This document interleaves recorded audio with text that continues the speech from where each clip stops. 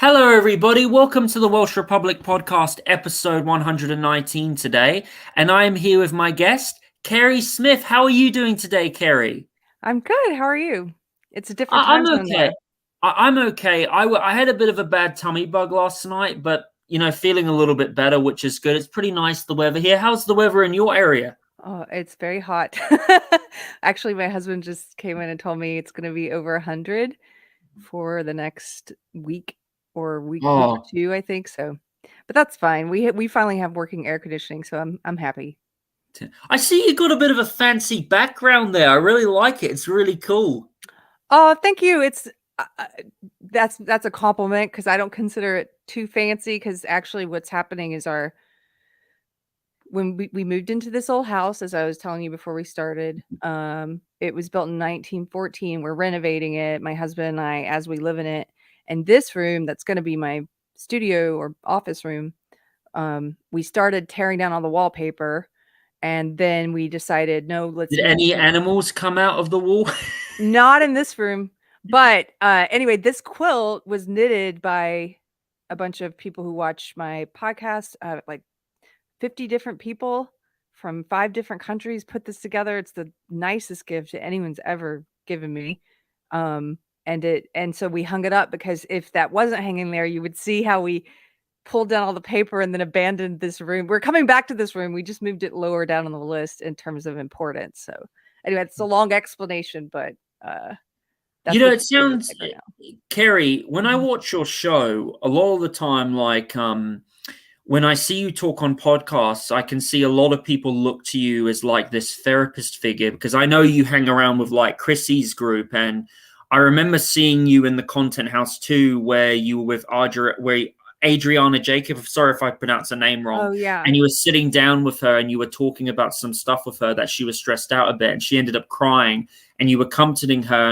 And one thing I get from like the viewers that watch your channel, a lot of people watch you because you will give like this positive energy. You're easy to talk to. You're some like therapist. You're very knowledgeable at spiritual human mind, which is a very cool thing. Well, thank you for all the compliments. I'm tempted to make a self-deprecating joke, but I'll refrain. Uh, but as I was saying to you beforehand, uh, over the course of my life, people do tend to talk to me about, I guess, maybe heavier things pretty early in conversation. And when I was younger, I was told that's because I have one of those faces, whatever that means. But maybe it's also they can sense. I don't know. I think I'm fairly non-judgmental about most things. Then there are some things I'm very judgmental about, but in general, people can talk to me about anything, and it's not gonna, you What know. would you say is the And judgmental things? oh, well, I was just thinking about today. I made a post. I was kind of because when I was woke, I used to be in the social justice world, and Yeah, when you're Kerry. in that world, they teach you not Sorry, to can I make. just say something? Yeah, Can I just, yeah. yeah, So, Kerry, sorry if I'm being a bit rude, that's okay. interrupting like that. I was just going to say, okay, so, Kerry, tell us about yourself. As we all know, you used to be a former social justice warrior. Like, how long were you a social justice warrior for? And what made you leave the social justice movement? And what was that movement that made you just realize the social justice movement was just full of rubbish? Yeah, I'll tell you that story. Just let me finish my thought real quick on the other thing because I know I will forget it. I have a bad memory. I was just gonna say in when I was in that world, they discourage you from making moral judgments. There's always this attitude that like, making moral judgments is wrong and we shouldn't make moral judgments. But that itself is a moral judgment. It's sort of a paradox, like to say it's bad or it's wrong to make a moral judgment is itself a moral judgment. And so anyway, I was just thinking a lot about that today, and I do make moral judgments now in my life. I try not to treat people with rudeness or contempt, but I definitely am no longer afraid to say, "Hey, I think this thing is wrong or this thing is probably good." So anyway, that's the end of that thought because I know I would cannot come back to it. But in that world, how did I get into it? Well, I was in it for about 20 years. I got into it in college. Like a lot of people my age picked it up in school and these institutions of higher learning, and we picked it up long before it was in elementary schools. So I didn't get any of the social justice stuff, any of the woke stuff in elementary school, thank God. Um, and I went to a science and math high school for like a boarding school that's state funded. They have these in some of the U.S. states that have the maybe the worst. The states that have the worst ratings will sometimes set up these sort of magnet schools where you go and live there. So I did that for 2 years, and I did not pick it up there either. But then I got to Duke University in the late 90s, and I picked it up at Duke. And it was in my my minor. My minor was women's studies. It wasn't in my major. Like those classes were hard sciences and math, and it wasn't in those fields yet. But it was in my women's studies minor. It was in the social sciences, and so I Which you took. say is gender studies now, basically. Yeah, like now they Yeah. won't even call woke has progressed so far that you can't say women's studies anymore. They consider that to be problematic and transphobic. You have to say gender studies. So, but back then it was called women's studies, and as part of that minor, I took classes in critical race theory, queer theory, and I picked up a lot of the language that now I guess many people are very familiar with now, but at the time in the late 90s, it was pretty new. It was new for me anyway, learning things like, oh, the definition you have for racism and sexism is wrong. It's outdated. You need to update it. Racism actually means prejudice plus power. And it's impossible to be racist if you're in a racial group that doesn't have social power or, all that tricky kind of mental gymnastics that people do nowadays. I learned that stuff at Duke in the late 90s. So that's how I got into it. Um, the short version, I guess, is that it's a slow process when you get into something like that, or it was for me. It's not like you go into it knowing that this is an illiberal ideology and a belief system, and that this one day you're going to be asked to do things like justify censorship or justify violence. You're not aware of all that at the beginning. At the beginning, the way in which it's presented is this is a kind of this is liberalism, this is progressivism, this is for people who care about ending oppression and bigotry and ending racism and sexism, and you need to unlearn a lot of things that society has taught you. And so I was unlearning things. I was unlearning my unconscious bias and stuff while I was at college. And slowly over time, of course, any kind of cult ideology like this, I think gets more and more extreme. So it took 2 decades, which is embarrassing to say, but it took me that long to be able to see it for what it really is. It took the escalation around the 2016 election. It took the escalation that happened with this belief system then for me to step back and say, "Oh, wait a minute, like what the heck's going on here?" Like suddenly people on my side are engaging in violence and justifying it. Not self-defense, outright violence. They're engaging in censorship, and I'm supposed to be saying that all this stuff is okay. So that's the short version of how I came out of it. So when you were like in the movement, did you go to many protests? Yeah, I went to a lot of protests. I was part of a lot of different nonprofit groups and activist groups. I was on the board. What would you say out of the protest was like the most extreme, like progressive protest that you went to where everybody was just yelling? It was just pretty over the top. I don't remember it being extreme, but in terms of numbers, the biggest protests I went to were the anti-war protests in Los Angeles. I was living in Los Angeles at the time, when Bush wanted to invade Iraq, and we had been watching the news. And the thing is, at the time, the people on the left, I still think, were correct in pointing out that a lot of the so-called evidence for why we needed to go to war was manufactured. It was bullshit. And we knew that. And we were looking at the collusion between the CIA and media outlets like CNN selling us this war with lies about yellow cake uranium. And we were watching this stuff happen because in real time. The reason why the left was awake then at least to those things. The reason why we were awake then is because a Republican was in office. If it had been Obama in office when those things were happening, the left wouldn't have been awake to any of that. Mm-hmm. But so yeah, the anti-war protests, they were huge. There was one down Sunset Boulevard. I mean, it was massive. The pictures, the aerial photographs of that protest were just stunning. But I went to a lot of small ones, anti-war ones as well. In terms of like craziness that I've seen at a protest, I never saw any of the stuff I ended up seeing online, like people attacking each other.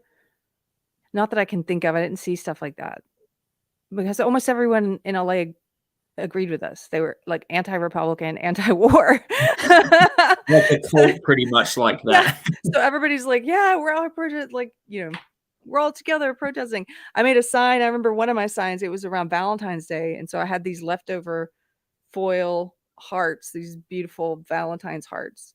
And I made a sign that said Bush hearts, killing and drilling. I thought it was so clever.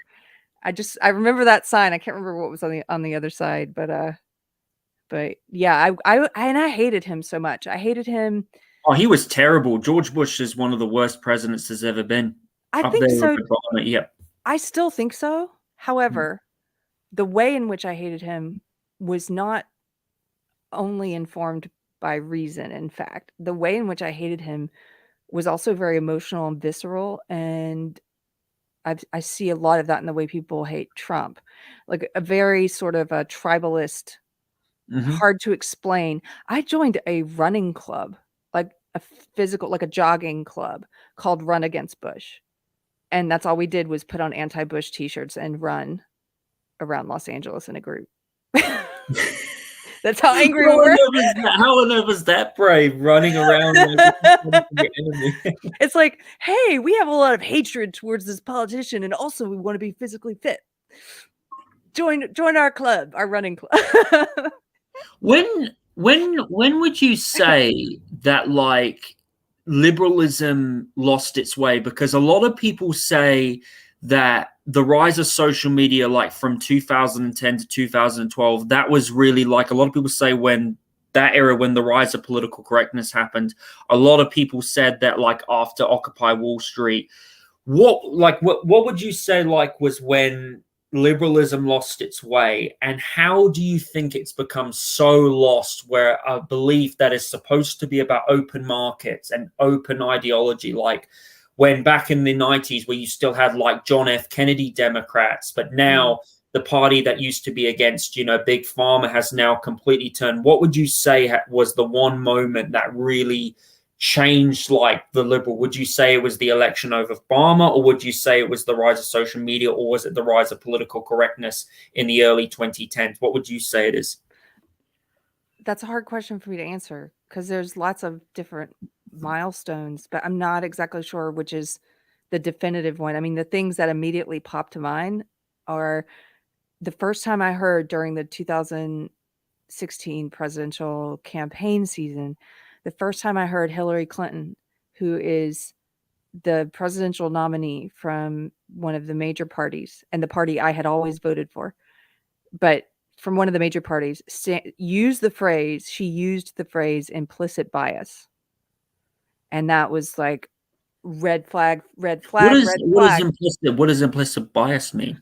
Implicit bias is a social justice phrase that I had learned decades previous about. That means that you are born with a certain amount of bias because you are born into a racist, sexist, patriarchy, and oppressive system, and our culture is saturated with these systems of oppression, these racist and sexist systems of oppression. And so by virtue of growing up in this racist, sexist patriarchy, you are soaking up this implicit bias without even realizing it. It's just in you. So for example, me being a white woman, they would say, well, on the one hand, you're a woman, so you're oppressed and you can't be sexist. But men have implicit bias towards you. They have implicit sexist bias towards you. But because you're white, you have implicit bias towards people of color. You were raised in this racist system of oppression, and you can't help but have it. And so she was using that phrase, which is such a woke phrase. And for years previous, when I was pushing social justice, when I was talking about it to everyone I could, I was pushing it in my work, I was pushing it online.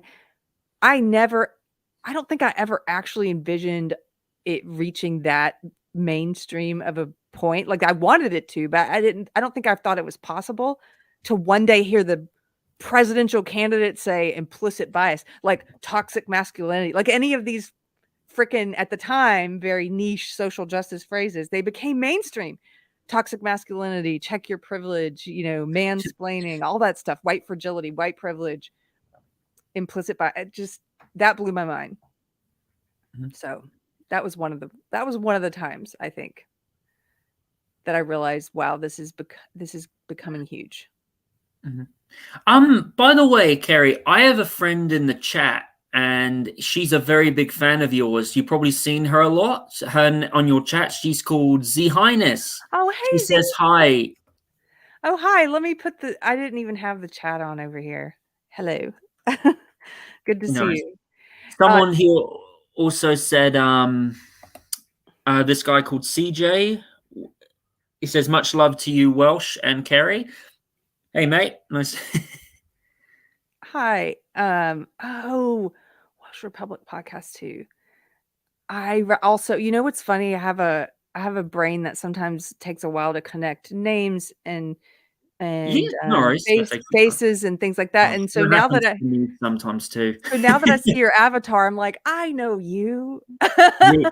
Well, Keri, my mate, so I actually had a main channel on YouTube, but it got deleted before, and it got deleted because one of the strikes I got, because I had Chrissy Mayer on, we talked about January 6th, but we didn't really talk about that. And my main channel got deleted, which was very frustrating. So Because yeah, you talked this is about January 6th? well, we barely talked about it, and it was ridiculous. So I had to make this second channel. Most of my episodes are on Rumble, but so if you've noticed this channel's a bit messy, it's because of YouTube fucking my other channel. It's absolutely ridiculous, man. That sucks. Well, you and I will only talk about January 7th. I'm just kidding. Bad joke. Maybe we can talk about January the 1st. Let's pick another date. So Keri, I also saw Keri. How come you wear a hat a lot? Like, what is the story of that? Oh, I just like hats. I don't wear it all the time, but now it's gotten to where people think if I don't wear it, sorry, I'm just looking up your channel on my end. If I don't wear it, they're like, "Where's the hat?" Like, they expect it all the time. I'm like, I really only wear hats maybe 70% of the time. And but again, they just see when you do podcasting or video podcasting, they see from here up. The thing I always wear that people wouldn't know because you don't put the camera on this body part, but I always wear cowboy boots. I'm actually, in my real life, I'm much more known for being like, oh, she loves her boots. Like in my life outside of podcasting. See, Highness just said these hats are on point. Thank you. I love hats on men and women. I just think, I don't know. I think they're visually appealing. I like the aesthetic. There's all different kinds of hats. Men used to wear so many different kinds of hats, and I think it makes them look dashing.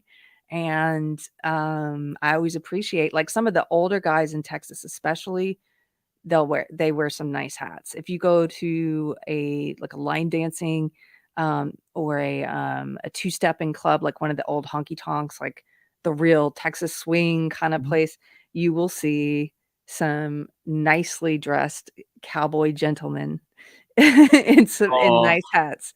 Yeah. What would you say is your favorite thing about, like, cowboy culture, and, like, what was your favorite cowboy film? What was your favorite cowboy film to watch when you were growing up? I don't know if I didn't really get into cowboy culture until maybe young adulthood. So when I was young, I mean, my favorite cowboy film would have to be a comedy is the first thing that comes to mind, like The Three Amigos, and they're not even cowboys, but that's a western, a comedy western, right? No, it wasn't until young adulthood because I started buying and wearing handmade cowboy boots. And is it really okay if I talk about this instead of, because some people don't want to hear Yeah, about. that's okay. That's all good. That's all Okay. good. I Go ahead. never really get to talk about this stuff because people don't talk about ideas, but Yeah. something I'm really into. So handmade cowboy boots, um, they're worth the price. First of all, if you are interested in buying cowboy boots, I always tell people save the money and buy yourself a nice pair of handmade boots, because a lot of people who buy factory made cowboy boots, they end up not wearing them anyway because their feet hurt, they don't fit well, or they wear them and they wear out pretty quickly and they have to replace them. And so you end up spending 2 times, 3 times as much money because you're buying another pair to replace the old pair, or you don't wear them and you don't get your money's worth because they hurt. So the handmade boots are amazing if you get a nice quality pair. They usually have a steel shank inside, which is great for arch support.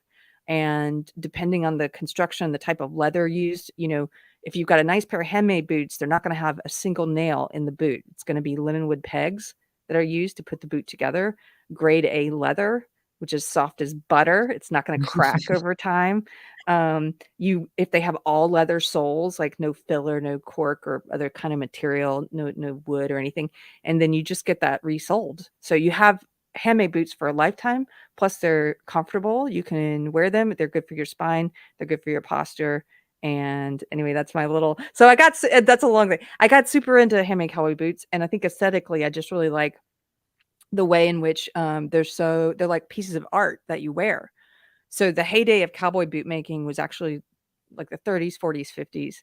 And if you go back and look at some of the boot history books, they were making the most colorful cowboy boots back then, full of design and pop and extravagant stitching and hand tooling. And I mean, if you look at a lot of the boots that are sold in stores today and sold as a cowboy boot, like the factory made stuff, they're pretty boring. It's like just basic brown, you know. CJ's got something to say here. He says, Okay. "I don't know why, but I see Keri and she reminds me of Rose. Reminds me of Rose, the hat from Doctor Sleep.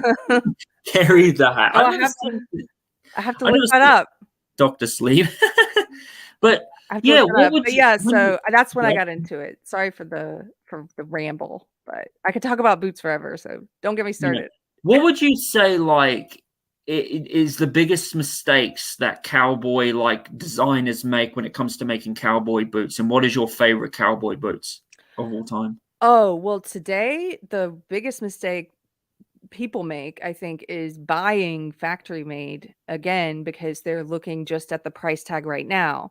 But there's a saying, I used to sell handmade cowboy boots as well because I got so into them. I started working for a friend's shop, and then we got a very good discount. That was fun. Plus, I got to be around the leather all day. That was great. But we had there's a very good saying which I think applies, which is the bitterness of poor quality remains long after the sweetness of low price is forgotten. And that's true because a lot of times it's not just with cowboy boots, but in this sort of disposable culture, we're tempted by low prices to buy things that aren't going to last. And I think it's better, a lesson I had to learn as a young adult is like, oh, wait, no, maybe sometimes it's better to save money and buy something of quality that you'll have your whole life and not have to replace it. And so, that's what I'd say that's the biggest mistake is people buy factory made. They buy boots that are uncomfortable, that don't fit, that they don't wear. My favorite boots are, oh my goodness, Rocket Buster boots and El Paso. Do the Rocket Buster boots make you fly? I don't know, because I'm not lucky enough to own a pair yet, because those are at the very high end in terms of not just design work, the man hours Also, that. there are boots that actually have rockets in them that can make you fly. Yeah. Well, you could get rocket stitched on there in leather and it would be beautiful. They do anything you want. Their website is like boot porn. They can do anything with leather. And the woman who owns that shop, I believe, was a classically trained artist. And so she brings that to the bootmaking trade. And then, but see, their boots are like $1,000. So that's like even among handmade, that's up there, right? Like nowadays you can get a nice pair of handmade, like Tecovas. If anybody's looking to get a pair of handmade, and they don't want to break the bank. At one end of the spectrum, you've got Tecovas. They do nice quality handmade boot making, and you can get a pair for I think like $250, which is not that much. A lot of factory made costs that much. So, if you want to start somewhere, I would start there. Then one day I'm gonna have a pair of Rocket Buster. One day there's gonna be a pair my size that hits eBay for the right price, where somebody doesn't know what they have, and I'm like, yes, they don't know what that is. Use it as an ability. Yeah. Keri, so when you look at when I look at Texas, right? Mhm. I feel like one thing about Texas and Florida is, even though I'm a bit cringe towards Ron DeSantis because he's done a lot of dodgy things lately, which you probably heard from people. Cringe for Uh, who? oh, DeSantis, just with the way he's been acting, Oh. like writing the anti-hate speech law. When I look at Texas and Florida, it's like those states feel like a true American states. Well, when you look at other states in America, they're just not like what America once was. They're going away from, the Americana ideology. They're becoming their own, things and stuff like that. And I look at Texas and Florida, and I feel like these states, really are the last, real true American states. If I'm probably wrong, there are probably other states too. What would you say, what would you say that makes Texas the best state in the United Oh. States? Oh, this is And easy. hang You on, what asked would me. you wait a minute? Huh? What would you say that makes Texas the best state in the United States? And how do you think Texas would do if it was to succeed from the union? Because there's been a lot of talk about that. Because there's a vote apparently coming up this year in 2025. I don't know if it's happening still, but how do you think it would survive at its own country? How would it do economically? And do you think socially it would be fine? Well, first of all, the things I think make Texas the best are it is a very large state. So you have so many different places and different cultures within one state, depending on what part of the state you're in. You also have so much very different landscapes and weather depending on where you're at. West Texas is very different from Hill Country. Hill Country is kind of the beautiful place that people want to visit. There's lots of wineries out there, like 200 wineries or something, because it's so gorgeous and people like to go there. Then you get like the flat, dry, barren, West Texas lands, where the Comanche used to be dominant because they were the only people who had adapted to live in that climate for a very long time. My husband has a song about the Comanche. They used to call that area Comancheria because there was like only the Comanches lived there. Um, anyway, very different terrain depending on where you're at. Lots of different little towns to discover. Lots of history. The Alamo, of course, is here in Texas. There's a real independent spirit that people have that I love. It's like it's like America on steroids in some ways. It's, very much like rebellious, leave us alone. You do you, I'll do me. Stay out of my business, I'll stay out of yours kind of thing. And I like that sense of independence and skepticism about authority. So that's in the blood here. That's in the history here anyway. And then it's got great food. Texas has great food, great culture, great dancing. As I was mentioning the dance halls earlier, if you get out of Austin and you get into some of the smaller towns, like you can still find these dance halls that look like they did in the 60s or 70s. And there's one near me. If you go on the weekends, they'll have old Western swing bands doing like the really great country music, not radio country, but doing the really great country music. And you'll see assisted living homes like pulling up buses full of older people who are coming out to dance and have a good time. And you're like, this is just, it's hard to explain. I just love it. It's like stepping back in time in some ways where things haven't gone crazy as much as the rest of the world. So that's a lot, but those are some of the things I love about Texas. And then about secession, I got to interview this guy. It's been a while, so let me see if I can see his book here on the shelf. I don't know. I'm trying to remember his name. He's the author of the book Texit, and I talked to him maybe 2 years ago. Oh man, I'll have to look it up. Um, he knows a lot more about the realities of whether or not Texas could survive on its own after secession than I do. That's why I interviewed him. Oh, his name is Daniel Miller. If people want to look up his book, it's Mhm. called A Guide to Texas Independence, Texit, Why and How Texas Will Leave the Union. And he fully believes in it. And so my answer is I don't know. I don't know if we would survive or not, but I think it might be worth the risk to leave the union at some point. I am one of those people who's kind of like, I don't know, like I hope we can all stay in this geographical alignment, but at some point, if the federal government becomes so tyrannical and so authoritarian that states are forced to decide, hey, you know what? I think it's time for us to leave the union. We joined it voluntarily and now we're leaving voluntarily. If that point were ever to happen, I think we're better situated than most states because of some of the things I've been told. I mean, we have our own coastline. We have our own power grid. We have our own mineral rights and things like that. So again, there are people who know more about this than I do, but just gut level, do I think it might at some point become necessary for us to leave the union? Maybe. Are we well situated? Probably better than most states. So, Yeah, many people are talking about that potentially happening, like maybe in because some people are predicting the United States dollar will lose the world's, like it will lose its currency because BRICS is coming in and the gold stand. And then if that ends up happening, by the way, Robert, just said this, which is quite funny. cough up, yes. cough stuck up on him. Yeah, it would be a Robert good. is a Yeah. lovely human, and it's good to see you here, Robert. Well, Robert's one of my mods. he's a really nice guy. I've seen him on the Front Porch Conservatives channel and Chrissy's channel. He's very, very cool. Shout out to Front Porch too. He's a very, very cool guy, very nice. I was also gonna Keri, have you been on his show yet? Front Porch? No, but I'm gonna be on a show with him on Thursday, and then I think I saw he just messaged me today about his show. So at some point, I'm sure we're gonna do that.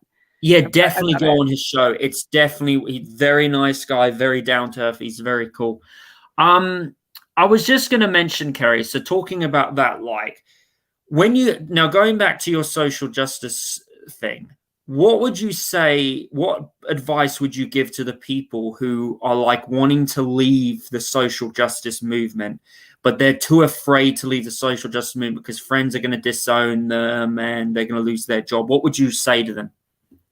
Well, I get this question a lot, and so and I like talking about this because I want to never forget that maybe people in that world are sometimes listening to me. I don't want to ever just talk to people who agree with me now. But the answer is I would tell them you have to figure out a way to get past your fear. First of all, your fear is valid. I'm not gonna downplay it, or I'm not gonna, shame you for being afraid. You have very real things to fear in this crazy upside down world. You could lose your job, you could lose your social circle, your I guess illusion of safety. You could lose your ability to remain anonymous, your privacy, things like that, depending on how public you go with your opinions, or um, what kind of job you have, what kind of social circle you have. So you could lose things. You probably will. But what I say to people is that if it is bothering you that you are in that world and you have questions and you're not allowed to voice those questions, if it's bothering you, if it eats at you, keep listening to that. And if at some point it might become, like in my case, it might become scarier to stay silent than to just speak out, just to say what you really believe or ask the questions you really have, and deal with the consequences. That's what happened to me. It was 6 months from the time that I wrote Jordan Peterson a letter and he read the letter in his channel, which scared me because I thought, oh no. Oh wow, he did he read it on like live? Did he read it live? I don't know if it was live or not. I saw it after the fact. I think it may have been live. He didn't tell me he was gonna read it, but he, had changed some identifying factors in it to try and protect my identity. However, when I saw he had read it, I was both, excited because I looked up to him, but also terrified because I was still working in entertainment at the time. And it mentioned that in my letter, like, something about working in social justice and comedy and things like that. So I was thinking, oh my goodness, what if this gets back to someone who knows me and they can tell it's me, even though he changed some identifying factors, and I'm going to get canceled and all that. I was like afraid. And I wrote to him, I'm like, wow, thank you for sharing my letter, but it really scares me. And he wrote me back and said, you have to get over your fear, and you have to find a way past that. And I knew he was right, but it still took me 6 months after that to get to the point where I was past my fear enough to write my first essay criticizing my old ideology. That's when I wrote, my first essay was called, on leaving the social justice cult and finding myself. And yeah, so that's a long period of time. So anyway, I would say to people, it's okay if you have those fears. I understand them. They're valid fears, but you might get to a place where you just cannot stay quiet anymore and live authentically. And so once you take that jump and you get past that fear, you may not believe me now where you're at, whoever it is I'm talking to, imaginary person, you may not believe me now, but I promise you the rewards are so much better than the things that you lose. I can't even compare them. It's funny because now, speaking my opinions, anybody who's opinionated, or especially if they're opinionated against woke these days, everybody gets called a grifter. And it's like, well, in my case, I gave up a very lucrative for me career pushing woke comedy and entertainment. I was making a lot of money. I left that so I can say what I want. And I make, I was making TV money then. I was making real money. I work gig jobs now. And the reason I work gig jobs is because they give me the flexibility to be able to do my podcast and say what I want, things that are important to me. And also because if, God forbid, some crazy woke Antifa type haters find out what one of my gig jobs is, like, so what? I'll get another one. It's not like investing a lot of time into Have a you career. have you dealt with any of that lately, like in the last years or? No, I have one crazy person stalker, but she's become less. Uh, I, I don't know. She's a joke.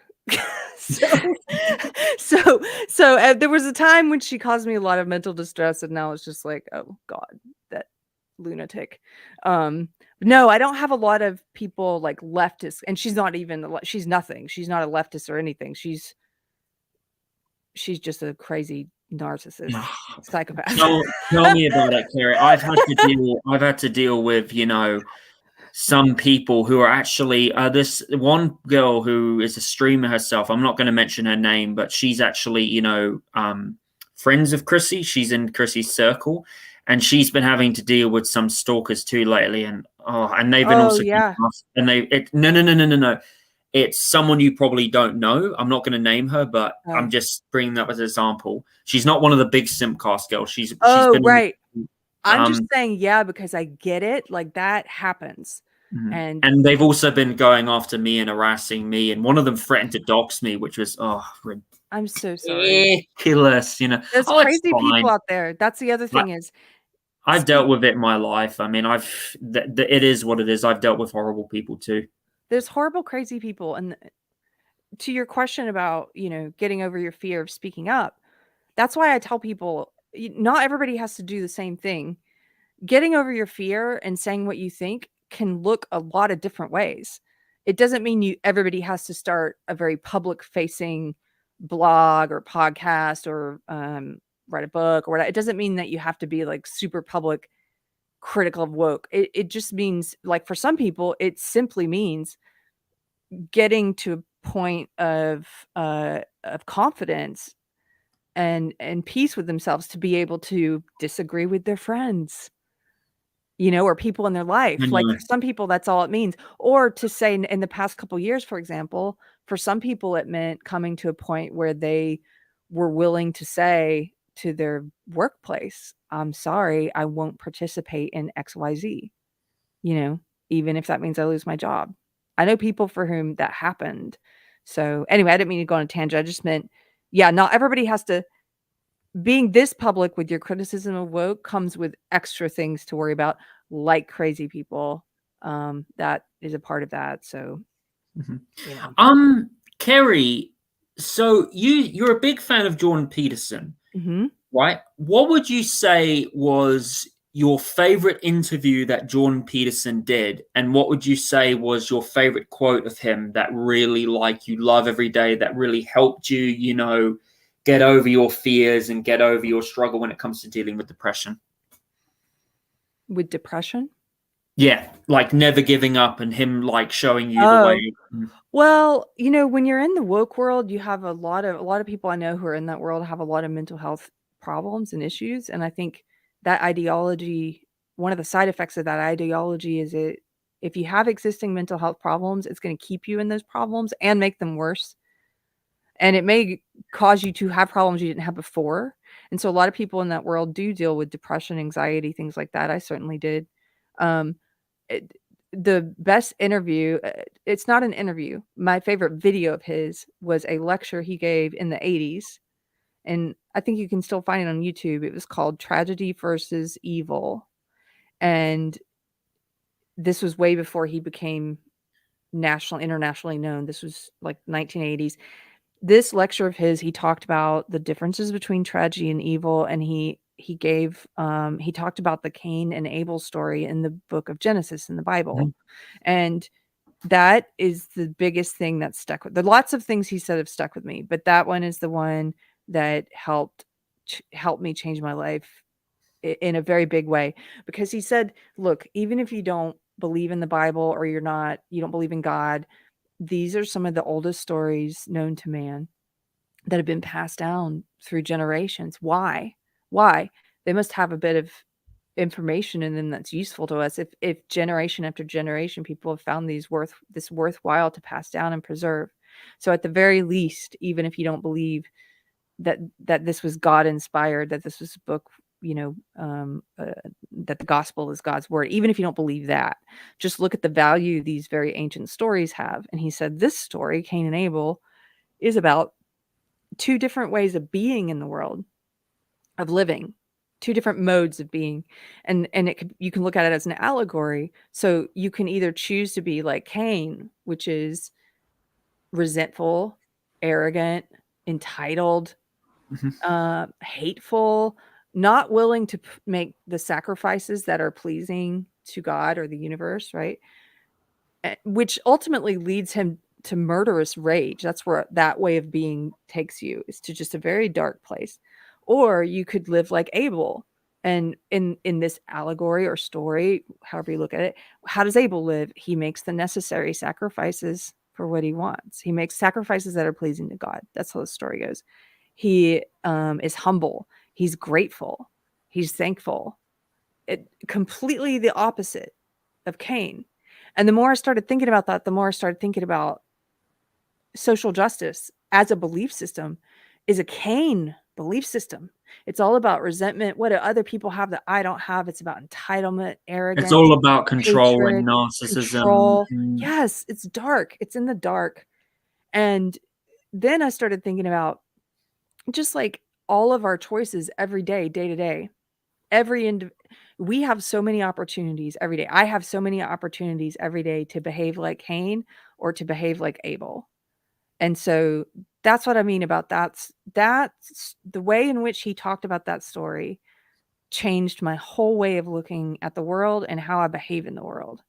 And I will still think of that if I fail, if I behave like a butthole. Sorry for that word. If I behave that way and then later God will be like, I get this little poking, this little like, that wasn't the best version of yourself. Like that was a little bit like your Cain nature. And, you were in the wrong for that. And that is great. Like that's great. I don't know. I don't know if that's helpful, but I love that story. Z Highness was wondering if we would see Tiger today, but Oh, Tiger is not very happy with me because he went to the spa yesterday. That's why I call it when he goes to get the groomer, the spa, because he hates it so much because they do all of his least favorite things, like his nails and his teeth. I don't want to do his nails. I'm afraid I'm going to cut him, so I have to take him there for that. Um, Tiger, let's see. He usually sits right over there. Hold on one second. Since no we're worries, just that's all having good. fun, I'll see. Yeah. Ticka, ticka, ticka, ticka, ticka. Ticka, ticka. Come here. Come here. Ticka, ticka, ticka, ticka. So does anyone in the comment section have any question? Hi. You like to ask? Okay. There he is. Hello, Tiger. Oh, he is so beautiful. Isn't he a handsome, weird little dog? I don't know what he is. People always ask. They're like, "What is he?" I'm like, "He's a mutt from Kentucky." That's what he is. Is he like Chihuahua mixed? I think he's probably part Chihuahua because of his ears, but also part many different kinds of terrier probably because he's got this crazy hair. He's got like mutton chops, and he jumps like a Jack Russell Terrier. He you know how they bounce really high? He does that. Yeah. Yeah, he's weird. People always ask me like, "What is he?" I'm like, "I have no idea." He's just a little one of a kind little rascal. Hang on, sorry, I'm just trying to put you on the bigger screen. Oh, See, Tiger. Is that gonna work? No, it's not. It's not gonna work. We'll just keep it that's on here. okay. Yeah, but very, very cute. He's adorable. When did you first get Tiger? I got him in 2016, and around the time lots of things were changing for me in terms of leaving my ideology, moving, going through divorce, getting my dog, like lots of big changes. And yeah, he's just I knew it was meant to be because I had my friend, my friend actually got him at a flea market in Kentucky. He was her dog, and she lived in a lot of different states. Within a year, he had lived in different states with her. When I knew Sounds her, like he's a tourist dog, like a tour yeah, dog. very well traveled. So that when I knew her, she lived in LA, and anyway, she got pregnant, and she asked me if I wanted him, and little did she know I had already fallen in love with him, and I had been going to the animal shelters looking for a dog that looked like him. And I was like, Aw. bring me your ugliest terrier mixes." And they were like parading them out in front of me. I'm like, mm-mm, none of them look exactly. He's so ugly. He's cute. He's like adorable ugly. And so anyway, it was meant to be because then she's like a month later, she's like, "Do you want him?" I'm like, "Yes." How did you know? So anyway, I love it. This is a fun interview because you're just letting me talk about. Usually people are like, "We're doing these subjects," and you're just letting me ramble about Yeah, that's all right. fun That's things. all good. So Usually, my interviews can be an interview and a chat. My favorite type of dog is has to be. I love King Charles Cavaliers. I think King Charles Cavaliers oh, are adorable. I'm a big fan of Japanese Spits, Pomskis, and I love Border Collies too. Border Collies are uh, so beautiful. do you have a dog? Yeah, my family does. My family does, but it's a bit of. I don't like to share personal Oh, details, that's but okay. I'm yeah. just looking at. Yes, I've seen these. The King Charles Spaniels, just super cute. Oh, they are absolutely adorable. They honestly will make melt your heart. By the way, CJ's got a good quote here. It's from Jordan Peterson. It says, "My favorite quote of Jordan is having to do with life being essential, suffering, and find something in life to justify that suffering." So true. Yes, I love that. I mean, he talks about picking up your cross and bearing it, and that's part of the lie, I think, also of the social justice ideology and of belief systems like Marxism, communism, socialism. It's this idea that somehow that like life is not is supposed to always be fair and perfect. It's not. It's life. Life isn't fair. And there's also this idea in social justice that, you uniquely are suffering because of your race and your sex and your sexuality, all these different things. And it's like, no, people suffer. That's what happens. And look at what happens over the course of our life. Like all things, we die. I mean, there's going to be tragedy. That's sort of what his lecture was about, the difference between tragedy and evil and how to approach those two things. And, there will be tragedy, there will be misfortune, and it's nobody's fault. There's somebody's fault when evil happens. It's nobody's fault when tragedy happens. And, looking for people to blame and say, you know, the world is at fault, or this race is at fault, or this sex is at fault because I was born into this situation that's unfair in this way, or marginalized in that way. And it's like everybody's born into a situation in which they're marginalized in some ways and privileged in others. Everyone, even wealthy people. I mean, think about this: rich, wealthy people. Like, I was thinking about the Biden kids, but take any rich, like, wealthy kids. They're born into a situation where they don't have to work for anything. They don't ever know if people are really their They don't friends. know what suffering is, hard work is. Right, but they don't, and so it's harder for them to grow, but also they don't know how to trust people because there's so many people in their life, in a rich, famous, wealthy person's life, who's just trying to get close to them to have some of that robot, you know what I mean? So it's like they don't know who to trust. They don't know if people really like them for them. They don't know what they've earned on their own. Like, and so you see so many kids like that end up like Hunter, like Joe Biden's daughter, with like addiction problems and, not being able to hold down a job, and being these sort of entitled, egotistical moochers with like a lot of issues. And so I'm just say that because even if you look at someone that society would say, oh, that person was born into a lot of privilege. Well, yeah, in one way they were, but in other ways, like, what comes with that, It's like lottery winners.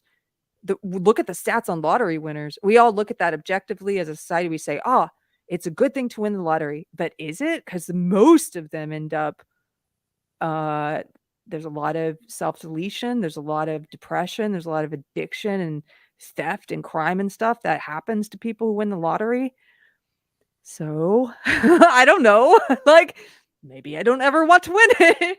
By the way, But Jordan, by the way, Z Highness also gave up a good quote from Jordan Peterson, of course. Clean your room. yes. CJ also said, he said that you are not perfect just the way you are. You can always be better. That's Yes. true. Someone Yes. someone has a question. Also, CJ has a good question here. I have a question for Keri. What has been the most memorable moment for you after moving away from the woke crowd? Could be a moment or maybe someone you've talked to. Well, I never would be where I'm at today if I didn't leave woke. And what I mean by that is, I mean, there's so many miracles. I don't know where to start. I quit drinking. It'll be 4 years in October that I've been sober. Congratulations. That's Thank, really cool. thank you. I also met my husband, and a person who I feel like it was God's timing. It was a real blessing that, we met each other at this stage in each of our lives, and really helped each other in so many ways already. I mean, we quit drinking together a few months after meeting each other. It's kind of crazy. And we, wouldn't have this beautiful old house that we're renovating together. I wouldn't be so comfortable with who I am. Like I was talking about before, with the advice for people of saying what you believe. Here's what happens. Yes, you're going to lose things, but you know what you gain? This incredible sense of peace and freedom. The peace comes from knowing, like, I do everything I can to say what I believe is true, what I believe to be true. And I've tried to shed all that stuff that people, adults, carry around with us into adulthood, where you care what people think about you. I've tried to get rid of that. That's something I'm trying to get rid of. Yeah. You know what? Because it doesn't matter. Life is short. And when you're on your deathbed, you're not going to be looking back like, oh, I'm so glad I never wore those hats I wanted to wear because people might have thought they were dumb. Like, no, who cares? Like, wear the hats you want to wear. Like, who cares? We're adults.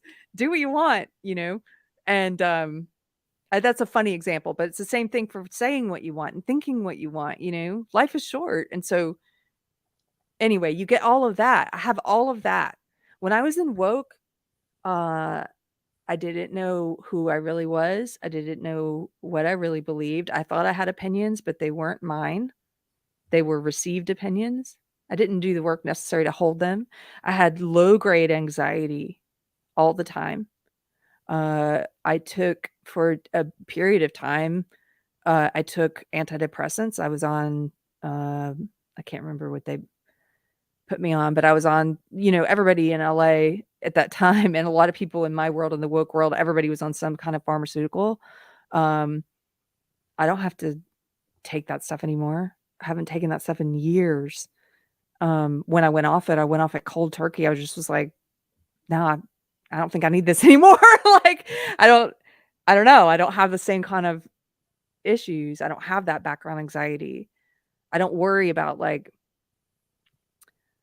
see, back then you're in the woke world, you're always worried about if you say the wrong thing because you're controlled by ideology, and you're in a cult where you get judged by your own cult members. You could easily be the next one they pitchfork, if you say the wrong thing. And I would see that happen all the time. And so people are very precious over their language and their words, and they self-censor all the time. And you're always trying to make sure you got it ideologically correct.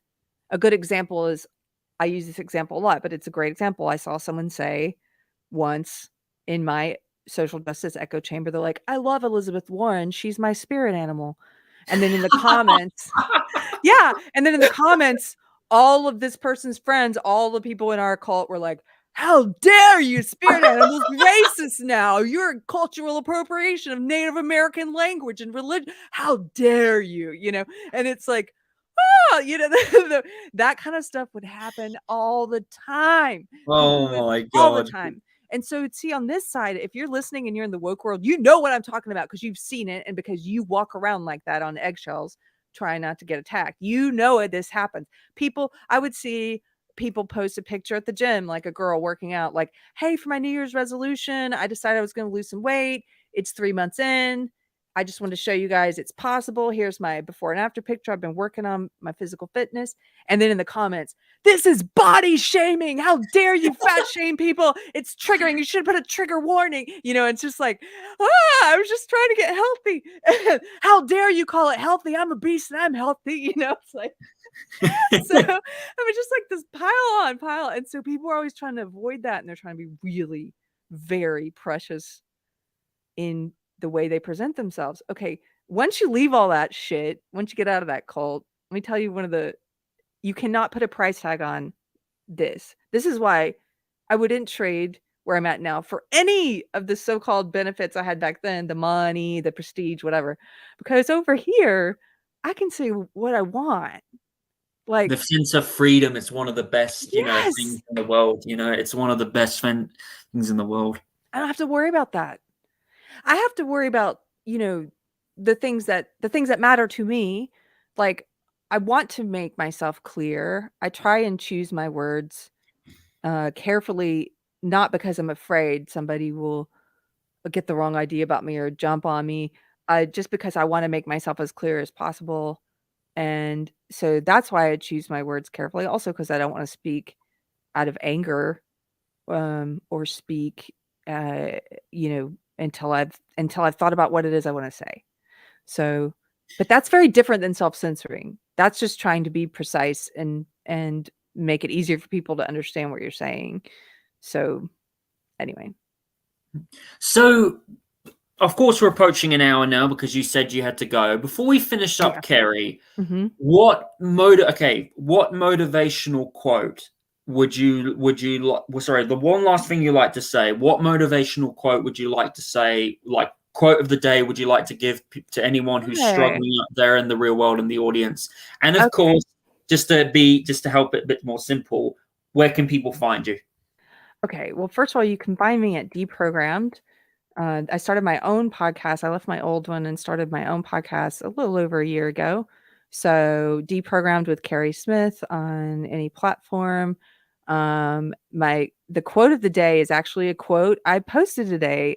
Since you asked me this, I was looking at. I really like this writer, this poet, Wendell Berry. Some of the stuff he's done. And do you know who he is? I've never heard of him. I'll check him out. He sounds pretty cool. Okay. This poem, hold on one second. Did you want me to bring it up on Box. my screen, or you can just say it? I'm not gonna read the whole poem because it's long. I'm just telling you. Okay, so the name of the poem is Manifesto, the Mad Farmer Liberation Front. But it's great. And I think actually, I think he may have been on the left, which is fine with me. So you may, if you're on the right, you may be like, I don't want to read him. No, read him. I think you will find you have some things in common with him.